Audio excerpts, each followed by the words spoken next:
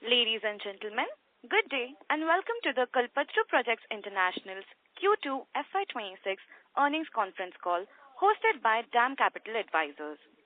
As a reminder, all participant lines will be in the listen-only mode and there will be an opportunity for you to ask questions after the presentation concludes. Should you need assistance during the conference call, please signal an operator by pressing star, then 0 on your touchtone phone. Please note that this conference is being recorded. I now hand the conference over to Ms. Bhumika Nair from DAM Capital Advisors. Thank you, and over to you, ma'am. Yeah, good evening, everyone, and a warm welcome to the Q2FY26 earnings call of Kalpataru Projects International Limited. We have today the management being represented by Mr. Manish Manot, Managing Director and CEO, Mr. S.K. Tripathi, Deputy Managing Director, Mr. Sanjay Dalmia, Executive Director, Mr. Amit Uklenchwar, Director Group Strategy, and Mr. Ram Patodia, President Finance and CFO. At this point, I'll hand over the floor to Mr. Manot for his initial remarks, post which we'll open up the floor for Q&A. Thank you, and over to you, sir. Thank you, Bhumika. Good evening, everyone. Thank you for joining us for the Q2 FY26 earnings call of Kalpataru Projects International Limited. Our financial results and investor presentation have been uploaded on the stock exchanges, and I trust you had the opportunity to review them. We are pleased to share that KPIL has reported yet another good quarter with highest ever second quarter revenue and profitability. The performance highlights the underlying strength of our diversified business portfolio, focus towards on-ground execution, efficient working capital management, and proactive approach in investing to build capabilities to scale high-growth businesses. I'll first start with some key highlights from quarter two, and then we'll share updates on individual businesses. Our consolidated revenue for the quarter recorded a growth of 32% YOY, and standalone revenue grew by 31% YOY. At profitability level, EBITDA was up by 28% YOY, PBT grew by 71% YOY, and PAT reported a strong growth of 89% YOY for Q2 26 at consolidated level. Similarly, at standalone level, EBITDA grew by 28%, PBT was up by 48%, and PAT growth was 51% for Q2 26. Our consolidated EBITDA margin was at 8.6%, and standalone EBITDA margin stands at 8.3%. Likewise, the performance on EBITDA margin front reflects the nature of project mix, lower progress of water projects, and impact of extended monsoon in India. Our finance cost as a percentage of sales is in line with the guidance of 2% for both consol and standalone business. Our consol PBT margins witnessed a sharp improvement of 110 basis points to 4.9%, and standalone PBT margin was up by 60 basis points to 5% for Q2 26. To update on the working capital and debt front, our focus clearly remains on further strengthening our balance sheet. We have closed the quarter with standalone net debt at 2,189 crores and consolidated net debt at 3,169 crores. Even after considering the inflows from QIP last year, our debt levels have moderately increased despite delivering strong revenue in excess of 30% for first half of the year. This is on top of the fact that we continue to witness delay in collections from water projects, particularly in JJM projects of UP and Jharkhand, where the progress on payments have remained slow compared to our expectations.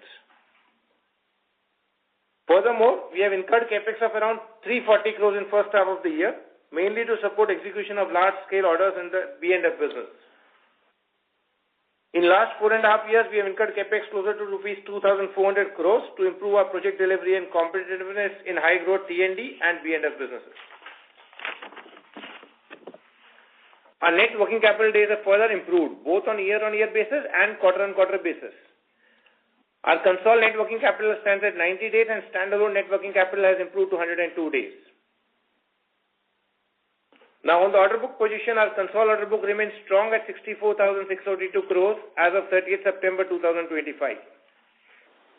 The diversification of our order book across T&D and civil businesses provides stability and ensures a healthy growth trajectory for our coming quarters. During the year, we have secured orders worth 14,951 crores led by major order wins in the B&F and T&D business. Further, we have positively placed in tenders worth 5,000 crores, mainly in the international T&D business. On the business visibility front, our addressable markets in the near and long term remains very strong, spanning across power transmission and distribution, solar EPC, residential and commercial buildings, oil and gas pipeline network, underground and tunneling, urban mobility, and select international projects in the civil business. While we anticipate some temporary headwinds due to lower capex, geopolitical issues, etc., but the long-term opportunity remains very robust and exciting for established EPC companies like us. From a long-term perspective, we remain confident and undeterred in our growth strategy. Our focus remains to bid strategically with focus on improving profitability, enhancing return ratios, secure projects that have fair working capital terms, and build differentiated capabilities to maintain our competitive edge. Looking ahead, based on our current order book position and the immense potential of our addressable market, we remain confident in our trajectory to further scale our T&D and civil businesses going forward. Now coming to the performance of some of the large businesses. First, I shall talk about the performance of our T&D business, which delivered a strong revenue growth of 51% YOY in Q2 26, supported by robust execution in India, Sweden, and other international markets. We received new orders of rupees 6,864 crores in the T&D business till date in 26. Additionally, we are positively placed in order projects over 4,500 crores, mainly in the overseas market. Our T&D order book stands at rupees 26,276 crores, reflecting a growth of 18% YOY. Overall, the outlook for our T&D business remains very optimistic in the domestic and overseas market, with a tender pipeline in excess of rupees 1,50,000 crores over the next 12 to 18 months. LNG Sweden continues to deliver strong performance with YOY revenue growth of 89% to 720 crores in Q2 26. LNG received orders worth approx 1,100 crores till date in FY26 and have an order backlog of around 3,600 crores as on 30th September 25. Our B&F business maintained a strong growth momentum, recording a 20% YOY increase in revenue in Q2. Our order inflows are at record level as we have secured orders over rupees 8,000 crores till date in FY26. Our B&F order book has grown by 43% YOY to an all-time high of 18,758 crores. Our focused business development and robust execution capabilities has helped us to improve our competitive position in large-size design-build projects, which places us favorably to secure reputed projects from large market developers in India. Our oil and gas business delivered strong YOY growth of 21% in Q2. Our progress on the Saudi project remains on track. We are actively working to expand our international presence to drive the next phase of growth for this business. Our water business saw a decline in revenue by 5% YOY to rupees 517 crores. As informed earlier, collections in the water business improved in few states, while progress in UP and Jharkhand remained very slow. With an order backlog of over 8,379 crores, we remain focused to complete the existing projects. At the same time, we continue to evaluate new opportunities in new areas and international markets. Our urban infra business delivered strong performance this quarter with a 65% YOY growth, driven by progress on metro rail projects. In our railway business, we recorded revenue of 210 crores during the quarter, reflecting a growth of 9% YOY. Lastly, on our road BOOT assets, post the termination of WEPL in July 25, we have handed over the asset to NHAI with effect from 30th September 25. With respect to Vindhyachal Express, VEPL, we are progressing well on approval for sale and expect to complete the transaction in second half of FY26. Lastly, as you can see, all key parameters of most of the businesses have done well. The quality of the performance is just getting better over the quarters, and we expect good stability in the performance and earnings going forward. This record performance has clearly set a strong tone for the fiscal year ahead and reinforces our confidence to achieve the revenue and margin guidance set for the full year 26. On the guidance front, we are on track to achieve targeted revenue growth of 25% plus at both standalone and Concall level, compared to our earlier guidance of 20 to 25%.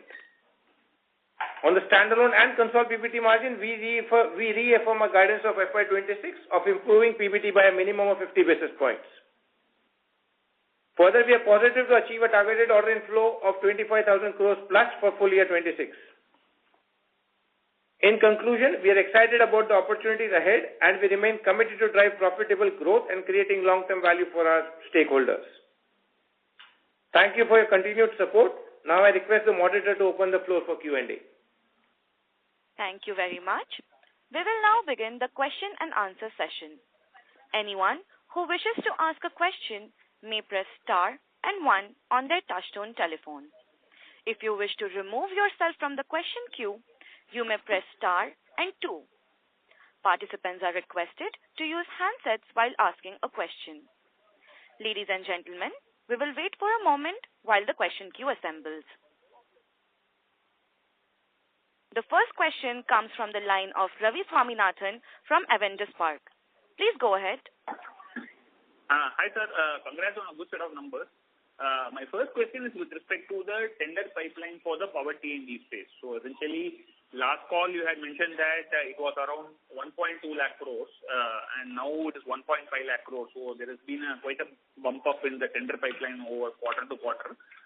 Which are the subcategories like power grid, SPB, private players, international, where we have seen the biggest delta in terms of tender build-up?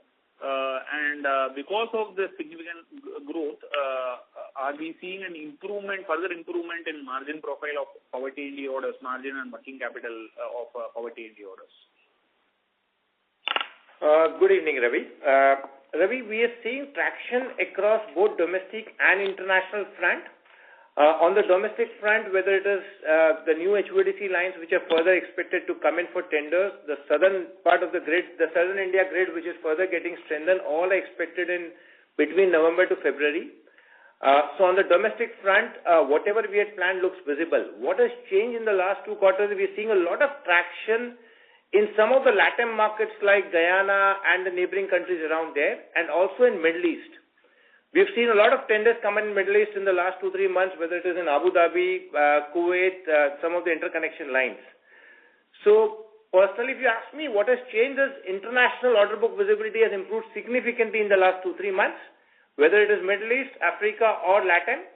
And also on solar EPC projects, we are looking at some big opportunities in the Middle East market, and that's also an opportunity which we are looking at. So on an overall basis, the market still looks very good. Now, on your second question, given that the orders are under tendering now and will get awarded only in Q3, Q4 or later than that, I don't see any improvement in revenue because of these tenders coming in the current year. Definitely they will help us in forecasting for revenue going forward. And in terms of margin profile, sir, so because the market itself is expanding, are we seeing improvement in margin and working capital terms further for the power T&D orders, or is it like it's getting maintained at the same level? So if you ask me at an India level, I don't see a significant improvement, although margins are much better than what they were in the past. But on the international front, there are a lot of markets where we have a competitive edge of an early, being there early or being not having much competition. So there we can see some improvement. But on an overall basis, we still continue this business at the same 9 to 10% EBITDA levels. Got it, sir. Thanks a lot. Thank you. The next question comes from the line of Sumit Kishore from Axis Capital. Please go ahead. Good evening. Thanks for the opportunity. My first question is on the T&D business. When I look at your disclosed orders so far this fiscal, it appears that a very small portion has come domestically and mostly it's overseas. And you mentioned that, in your, mature L1 positions pipeline, also international T&D is quite strong. What we are noticing is that, award of interstate TBCB projects on a year-on-year basis has been much lower so far this fiscal.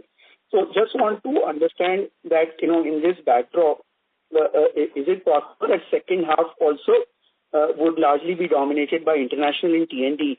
And what percentage of your T&D order book is international right now?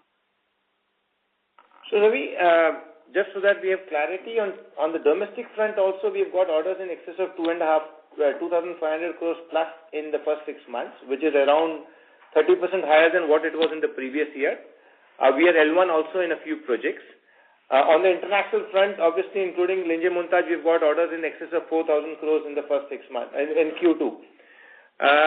Now my point is, I do not see orders coming down because a lot of tenders which, Power Grid has not taken but some private sector players have taken would get into that award stage maybe Q3, Q4. So some of the large TBCBs have not necessarily been taken by Power Grid, and that also would come up for tendering soon. Or already the tendering process started, but the award would happen later part of the year. So I personally stay confident from a long-term perspective on getting very good orders coming in. Now from a timing perspective, maybe Q3, maybe Q4, maybe it could be 1 quarter here and there. But the reality is that both the businesses, whether it is TLD and TLI, are sitting on very good orders books right now, right? They are sitting on order book which is closer to 2.5, 3 years, even if I assume a 20% growth.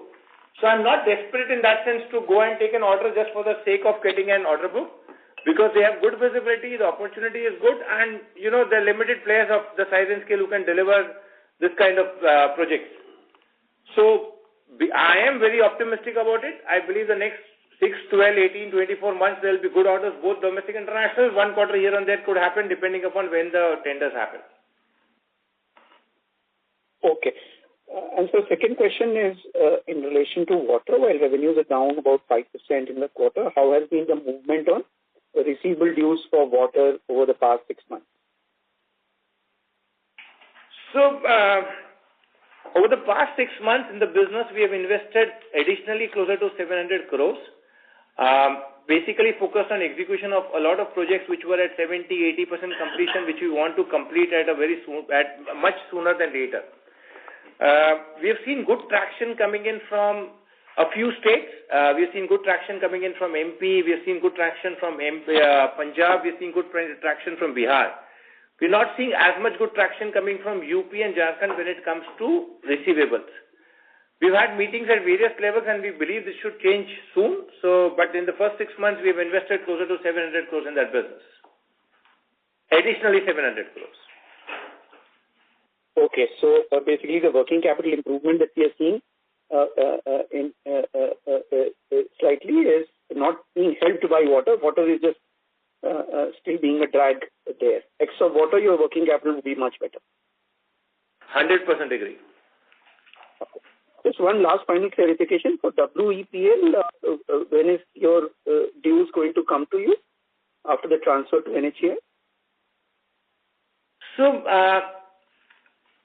it will take some time because as far as the dues are concerned, there's some arbitration and there's some claims also. Even our KEPL dues, which the termination happened 3 years ago, have not yet come. Well, we have provided for full KEPL in books. So, given the lengthy process at NHAI and given that there are some claims which we have won and which are under arbitration, I do not expect this to happen very, very soon. It could take maybe a few years or could be more than that. We are trying to settle this with them, but it's a lengthy process. So I'm not expecting any dues on WEPL to come in even this year and maybe even next year. Okay. And what is the total quantum of the claim? No, so we might not be able to quantify that today because we have a lot of arbitration claims which we have won and there are some claims which are under process. So the quantification is difficult, but we believe there might not be a large amount or any amount of equity hit which might come on this project. Okay. Thank you and wish you all the best. Thank you. A reminder to all the participants that you may press star and 1 to ask a question. The next question is from the line of Rajesh Kumar from HDFC Securities. Please go ahead. Hello. Hello. Hi, Rajesh. Parikshit here from HDFC. This is Parikshit Kantor from HDFC. Sorry. So, hi, Parikshit. Yes, my first question is on the domestic. So if you can give us the breakup of the T&D order book in domestic and international, and also the breakup of the prospect pipeline in the T&D, both international and domestic. So you want the order book as of September 26, right?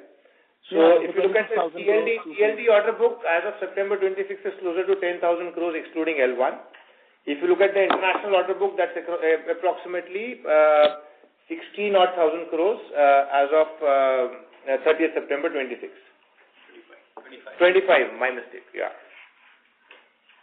And sir, also if you can give us the breakup of the prospect pipeline of 1.5 trillion which you highlighted, both domestic and international. So, of the 1.5 trillion which we are looking at it, more than 50 to 55,000 crores of orders, I think would come under TBCB bidding itself in the next 3 to 4 months, which includes 2 big HVDC orders and 2 large orders in southern India. So that itself would be in the range of 50,000 crores plus a few more orders which are already shortlisted for tendering. The balance would be international with a lot of focus on Middle East, LATAM excluding Brazil, Sweden and neighboring countries and Africa. But our focus would be primarily on domestic, LATAM and Africa and Europe, not as much on the neighboring countries. So can you just, on these 2 HVDCs, so which are these HVDCs, sir, if you can help us? There's one in Gujarat and there's one in southern India. I don't have the exact names of those lines, but there's one more coming up in Gujarat, which is connecting Gujarat, Rajasthan, and one in southern India. I'll be happy to give you those details. Maybe my team can do it, or you can. It's already on the REC PFC site. If you look at it, you'll get those. But okay, I understood, sir. So my second question is total on the Saudi expansion which you mentioned. So what are the areas beyond the pipeline project which you currently have and the T&D which you do? So what are the other areas you're looking at, and how big the opportunity is that, and what kind of conversions we can see over the next 2-3 years coming in incrementally from these geographies? So I think our focus on, as far as the Saudi market is concerned, continues to be on 3 areas. One is oil and gas itself. We are doing a large project and we will continue to make sure that we are in that leadership position there. Second, T&D, we have a few projects going on right now which are all getting completed in the next 6 to 9 months. So we would like to take some more projects. And third is solar EPC, where we are looking at one large opportunity in Saudi Arabia, which hopefully will have that clarity coming in soon. So that's also an opportunity which we are looking at. So right now, as far as Saudi is concerned, we have all 3 oil and gas, transmission as well as solar EPC. We're also exploring some projects in the water business, but it might take some time. It might not happen in the next 6 to 9 months, maybe after that. And this one large opportunity, we can quantify how big is it? No, it might be difficult for me to quantify it today, but I can tell you it's already included in our L1 opportunity which we have declared. Okay, so waiting the conversion, allow it to come in. Okay. Yeah. Just on LNG Montage and LNG and both faster, so we can help us understand on the revenues which you have disclosed. So what has been the EBITDA and the PBT margins on these 2 entities? So on Linje Montage, we have seen a very healthy growth in this quarter, which we have expected to be very good. So if you look at Linje Montage number in terms of revenue, we have touched in the revenue of closer to 1,500 crores in H1, a growth of more than 50%. On EBITDA margin in H1, Linje Montage has done in excess of 7.5%, and PBT margin closer to 7%. As far as Fasttel is concerned, the quarter saw revenue of the half fund saw revenue of 370 crores. It's much lower than what we had projected. And on an EBITDA and PBT, Fasttel continues to be negative. We've had some hits coming on some projects, and it continues to be negative. Okay. And just the last questions around JJM receivables. So now, what are the overdue receivables which are yet to be collected? If you can help us quantify in case if they would have got realized, so what should have been our debt positions? Just want to get a sense on that.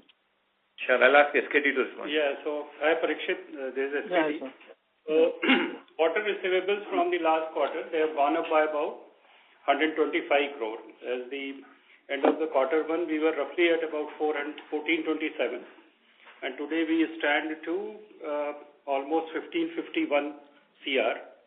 Out of that, highest is in UP, which is 737 crore. And the next one is the Orissa, is about 330. Jharkhand is about 246. And out of the 5 states, there is no movement particularly in UP and Jharkhand. Otherwise, so in this quarter, we collected about 420 crore, and majority of this, it came from the MP and Orissa. So in nutshell, we have gone up by 125 crore during the quarter, in spite of collecting 420 crores. Yeah. So is it right to understand that if I club both UP and Jharkhand, which is about 983 odd crores, so this is the overdue, beyond the time, this should have actually come in now. So this is as of now, maybe beyond 180 days receivables? No, they are more than that. Maybe out of this 50% is more than 8 to 9 months, right? So in case of UP, we have not got our due payment from almost 15 to 16 months. It is so, in nutshell, these two states, you can say more than a year, in fact. This had come on time, our debt should have been lower by at least like 700, 900. So if you look at the debt number and the water receivable, they match with each other. Exactly. So our debt number would have been much lower. So what are you doing? I mean, why UP is not paying or Jharkhand is not paying? So what are the challenges? And I mean, you must be presenting it, but what are the challenges? Are they not getting funds or center not giving them money? What is the challenge, if you can help us understand that? So UP and Jharkhand, they are two states, and JJM, and these are the receivables which are part of the JJM, where the major funding has to come from the central government. Now in UP, about 15 days back, there was a meeting even at a CM level where he assured that they will do some funding from the states. So in nutshell, states which have some money, they are paying from their own coffer. Otherwise, they are waiting for the central government to support the project.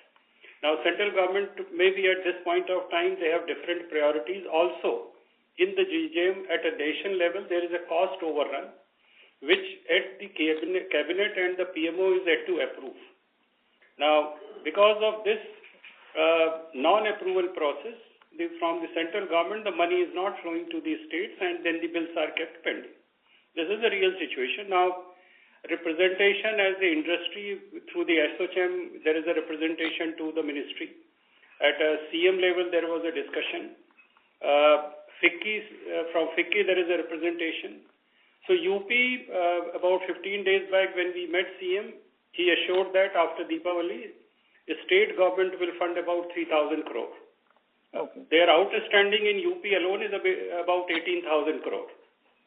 Now, across all vendors. Right, for all vendors. They will, similarly, in case of Jharkhand, the total outstanding to the contractors is about 4,000 crore. Now, Jharkhand, they are not at all ready to support even a single rupee from the state government. You can understand why, right? And they will wait till the time the money comes from the central government. Now, but some of the states like MP and the Orissa, they are paying from the state coffer, and the central government will pay them later. So this is where exactly, but I think there is enough pressure created by industry in UP and Jharkhand, and we are hopeful something should happen in this quarter, but we can believe only when it happens. And just to add to what SKT said, Parikshit, our focus continues to be completing whatever civil projects we have 50% plus, because we have taken a call that while we might not supply additional materials, but at least the civil portion of all the projects we are completing, we are not worried about the money, because the central government funded projects, the money will come sooner than later, but the delays impact the margins in a big way. So, and that's why we've been funding these projects to make sure that we complete as many projects as many we can. And Manish, just one last question on the margin. So now, trajectory-wise, when do we see that we reach cross 9%? When do you expect we look at crossing EBITDA margins at 9% and moving more towards high single digit, moving towards double digit? So is there any possibility in the near future, or now it's a thing of the past? So Parikshit, on a lighter note, we have been saying PBT margins 50 basis point plus, and which we are nearly on track. We should be doing better than that going forward.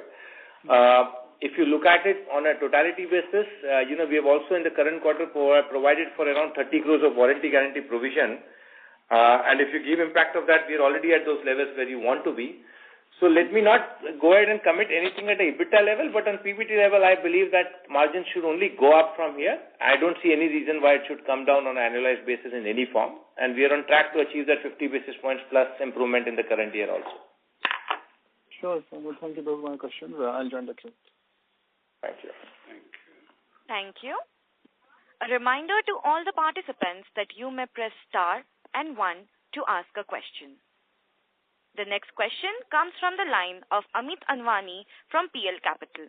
Please go ahead. So thanks for the opportunity. My question pertains to, as you highlighted, that the margins will go up from year-end this year also, we are expecting 50%. So just wanted to understand, hence, considering the current order book and the pipeline of 150,000 crore in T&D, what sense you're getting in terms of the favorable mix change and over the next 2 years, will we be, towards double-digit margins in especially T&D?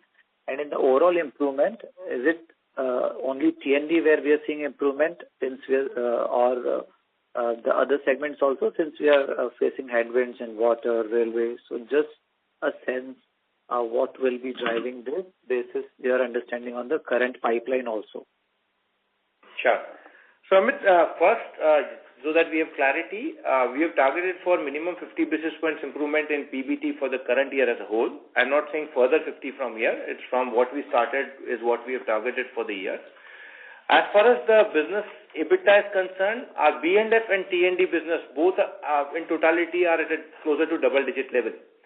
So building and factories business, T&D business and oil and gas business, all three are at double-digit level, more in the range of 9 to 11%. Some of the other businesses, for reasons we discussed earlier in the call, are at lower margins. And I think these three businesses will continue to be in this range given our current order book and visibility going forward. Understood, sir. So, with respect to the international pipeline, which you talked about, almost 1 lakh crore, how much should be Middle East? And like we already won one large order, I think, some time back. Are these lumpier orders in Middle East? And will this be the high margin orders? And some more color on the Middle East pipeline, if you could provide. So, Samit, as I said earlier, I think there are a lot of tenders in Middle East, Abu Dhabi, Saudi, and some connectivity projects and solar EPC projects. Our philosophy on Middle East projects have always been that, the projects in terms of margins might not be the best, but are very good from a revenue and delivery ROS perspective. As far as, and when I say not very good, they might not compare to, let's say, an Africa or a LATAM project which we have won at Guyana or Chile or any of them.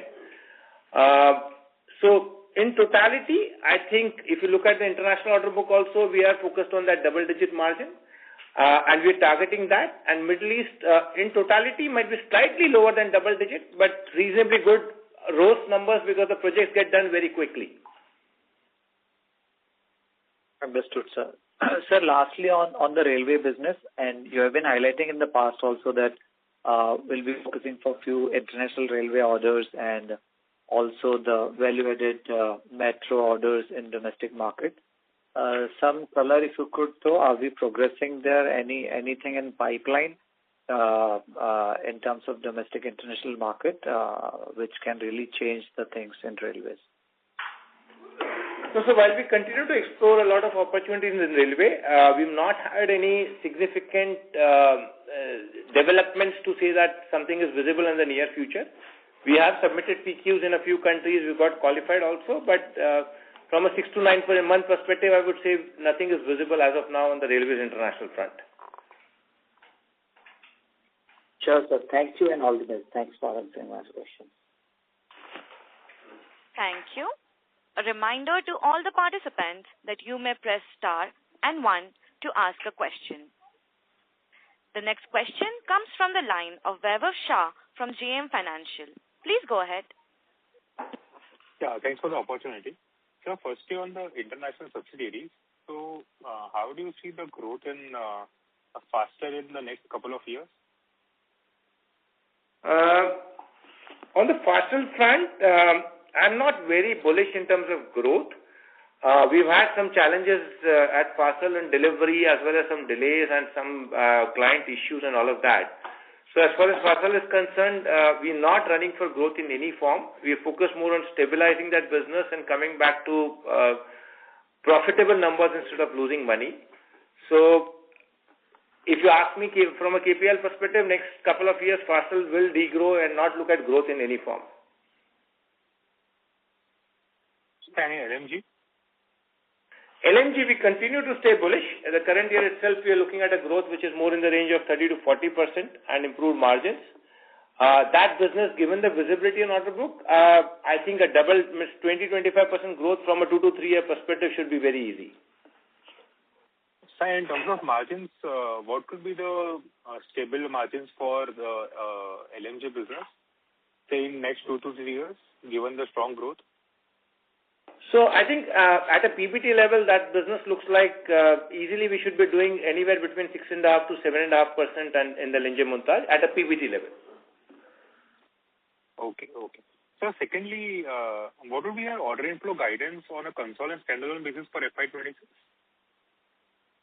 So I think we stick to our guidance of 25,000 crore plus on a console basis for FY26. And normally on order inflow, we normally give guidance on a console basis only. So that number of 25,000 crore plus, I think, given that we have already received around 15,000 crores and we are favorable based in 5,000, I think we should be surpassing that 25,000 crores, but I'll be able to revise that guidance if at all in December, January. Okay. And sir, what has been the funding for the BOT portfolio in second quarter, and for the entire year, what are we expecting? I think my colleague is just telling me it's less than 20 crores what we have funded in the first 6 months.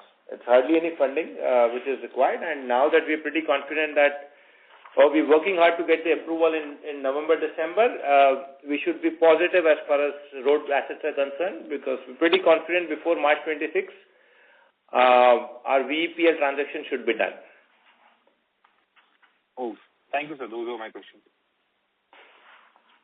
Thank you. A reminder to all the participants that you may press star and 1 to ask a question. The next question comes from the line of Bala Subramaniam from Arihant Capital. Please go ahead. Good evening, sir. Thank you so much for the opportunities.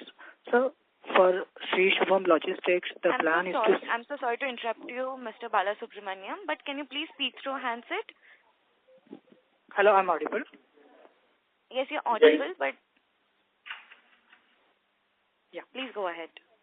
For Sri Shubham Logistics, the plan is to sell 2 to 3 warehouses. What is the expected net debt reductions from these sales?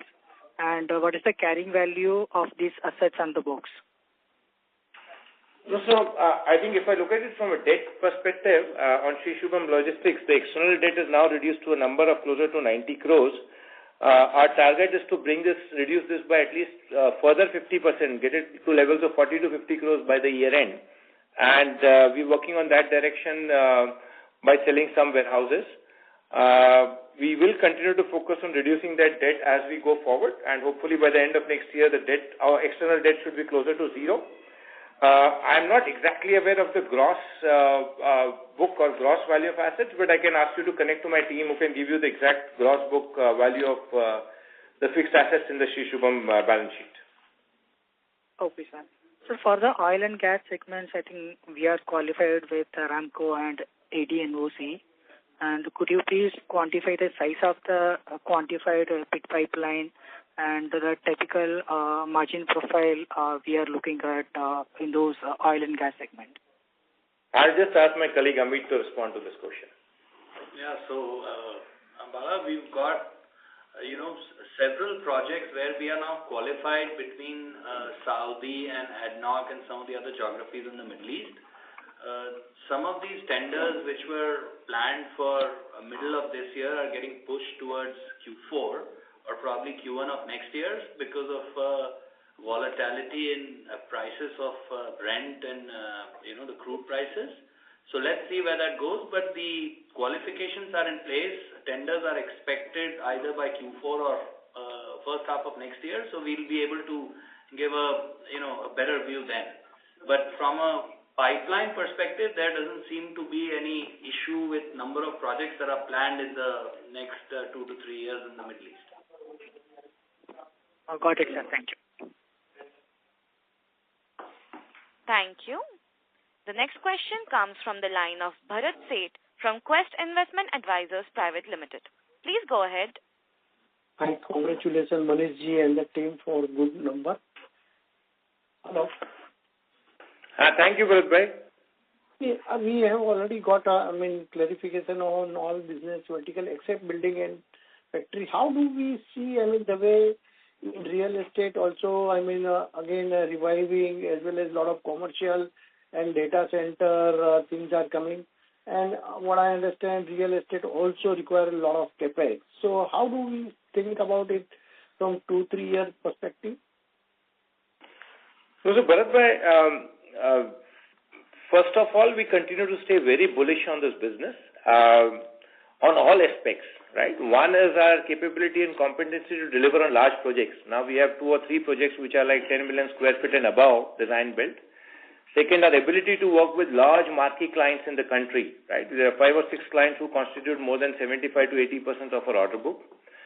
And third, we have a very good capex base, which, we can use it again and again. So we build this capex over the 5 years. So incrementally for the growth, we don't need to put in similar kind of capex. So with the combination of a great team on delivery, great opportunity in all sectors, whether it is residential, commercial, airports, data centers, and industrial projects, history of working with the large clients very, very well, and a great balance sheet, I think we are very bullish on this opportunity. So I do not see this business doing less than double digit on EBITDA, and I do not see us growing at less than 20%, whatever happens, even with those challenges on labor and all of that. So in a nutshell, I think, and you can see the last 18 to 20 months, our 90% order book has come only in 2 business, building and factories and transmission. And we're very happy with that because from a resource allocation perspective, we believe this is the best time to give resources to both the businesses where the return ratios look very, very attractive.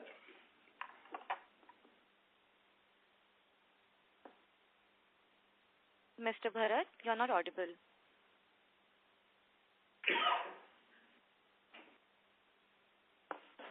Hello?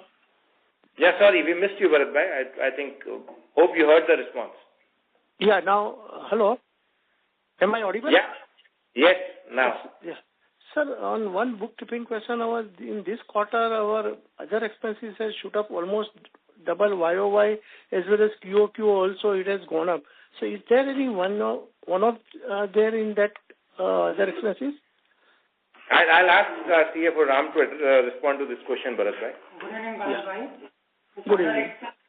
Because of the manpower, there are certain costs which I'm sorry to interrupt you, sir, but you're not audible. Okay, sorry. Okay, let me just quickly help on this one. So first, there isn't any one-off expenses which have come in, Bharat bhai. Previous year, we had some gains coming out of FX MTM, which were there in other expenses.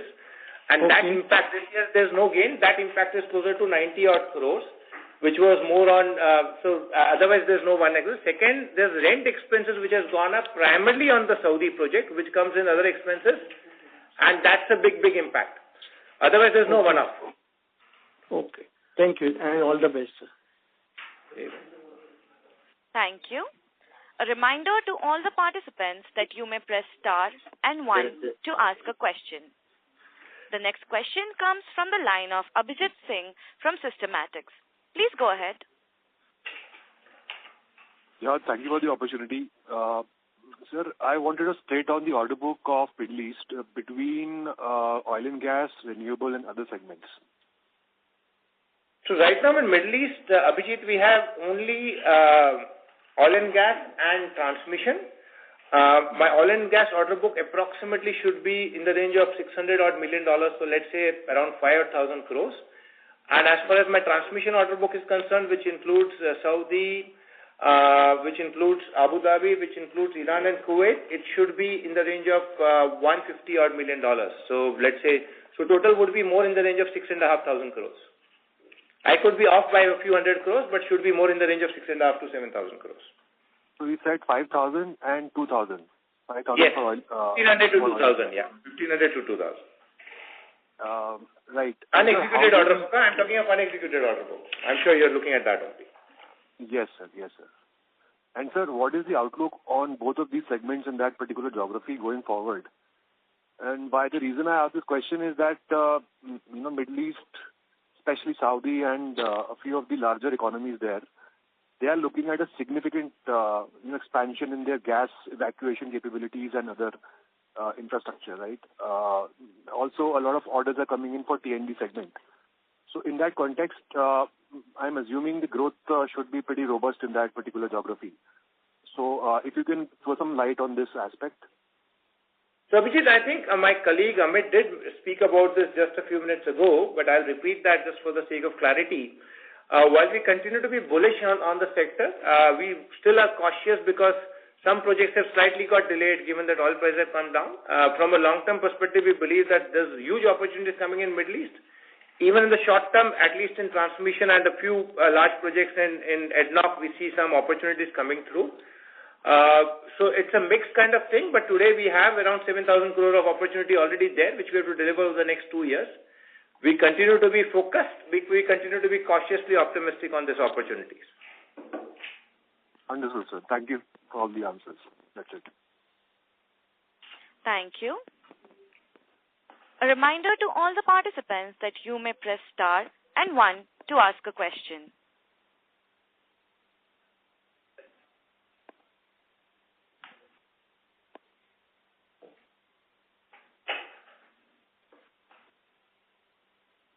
The next question is from the line of Ms. Bhumika Nair from DAM Capital Advisors. Please go ahead. Yeah, hi, sir. So just on Linje, just wanted to understand how is the outlook out there, and we were looking at some fundraising opportunities. If you can just throw some color on ordering activity there, what is the prospects? How are we looking at that business? Because we've seen a very strong momentum this year, both in terms of revenues and I think also profitability has picked up quite a bit. So if you can just talk on that part of the business a little more in detail. So, Bhumika, I think we continue to stay bullish as far as the opportunities at LMG are concerned, one in Sweden and the neighboring countries also. We are among the top 3 players today in that business in the T&D space and have a very good team which is delivering on across all projects, whether it is transmission, substation or services. Our growth in the current year has been exceptionally good, and we believe that next 2, 3, 4 years that opportunity is intact and we will only grow one way. As far as margins are concerned, I think that those are matured markets where, PBT of 6 to 7% is very reasonably good because the ROS numbers are very, very high and they are cash positive always. So we believe that margins should stay in that range of 6.5 to 7.5%. Growth is visible and good growth is visible and with very high ROS. As far as the fundraising options are concerned, as we had said earlier, we have appointed advisors to look at fundraising options. We are in continuous dialogue with them. And at an appropriate time, once we have decided the path which we are choosing, we will communicate back to all of you. We are continuously exploring opportunities of fundraising there, and I believe that in 26-27 we should see some light in terms of getting some valuation of fundraising in whatever form we can. Okay, got it.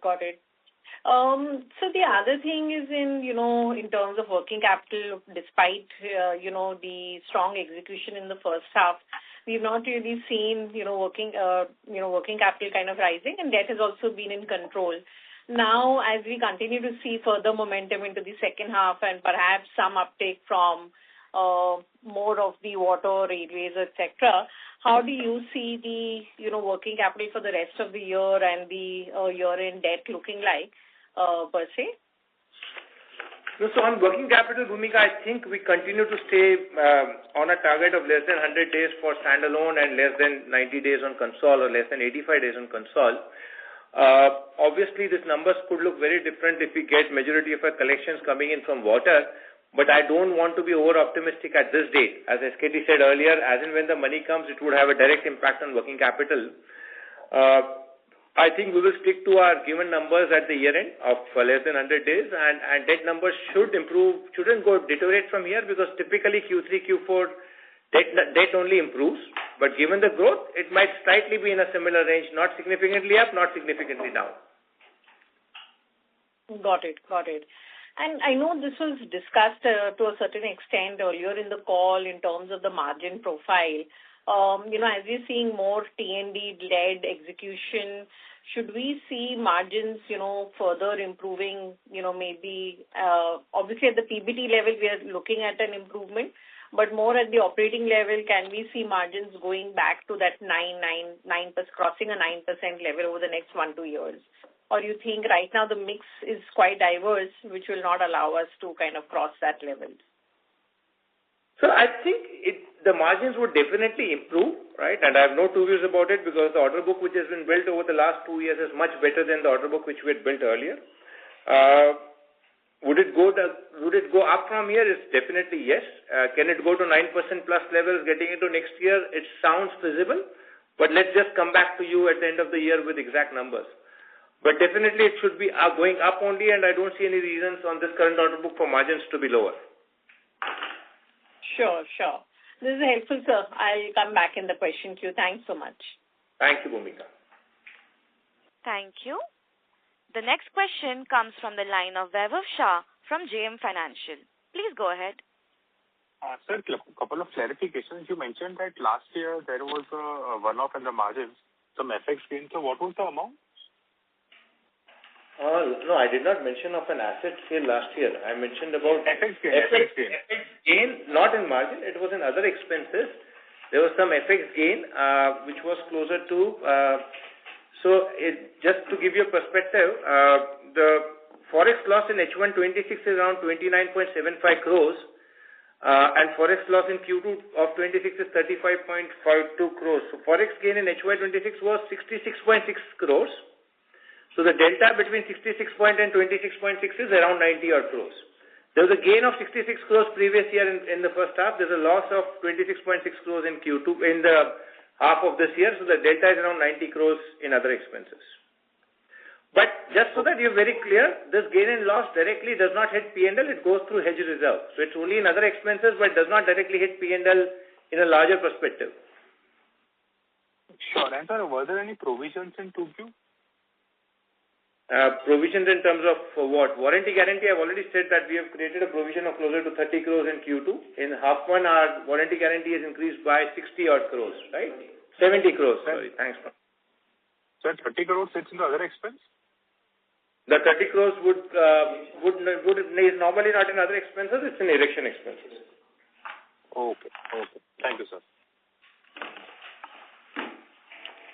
Thank you. The next question comes from the line of Deepak Purswani from Swan Investments. Please go ahead. Yeah. Hi, good evening, sir. So just wanted to check it out. Yeah. So just wanted to check it out. Recently, there has been a spike in some of the commodity prices, especially copper and aluminum. So in this context, if you can also give us a sense in terms of the margin profile, what is the fixed price contract firstly in the current order book? And is there any margin impact we are expecting because of this? And on the incremental basis, how should we see the margin profile because of the rising commodity price? So I think in totality, if you look at the order book, it's as of now 50% fixed and 50% variable when I look at the Concall order book. As far as specifically on commodities are concerned, today on aluminium we are hedged at 90% plus of whatever orders we have, including some L1 orders which we are definitely sure to get. We are hedged at 90% plus. So I believe the impact of any increase in aluminium at any levels would be very, very minimal, if not closer to zero, because this aluminium needs to be delivered over the next 2 to 2.5 years. Also on the copper front, our exposure is very, very minimal, because on copper front, our railway order book is minimal and there's not much exposure, and we are nearly hedged on that also. So if you ask me personally, from aluminium, zinc and copper perspective, the impact on margins might be very, very minimal. As far as steel is concerned, we have not seen much volatility in the last 12 to 15 months in terms of increase in price, so I don't think that should also have an impact on our profitability in any form. Okay, got it. Thank you. Thanks a lot for the clarification. Thank you. As there are no further questions, I would now like to hand the conference over to Ms. Bhumika Nair for closing comments. Please go ahead. Yes, I would like to thank all the participants for being on the call, and thanks a lot to the management for giving us an opportunity to host the call.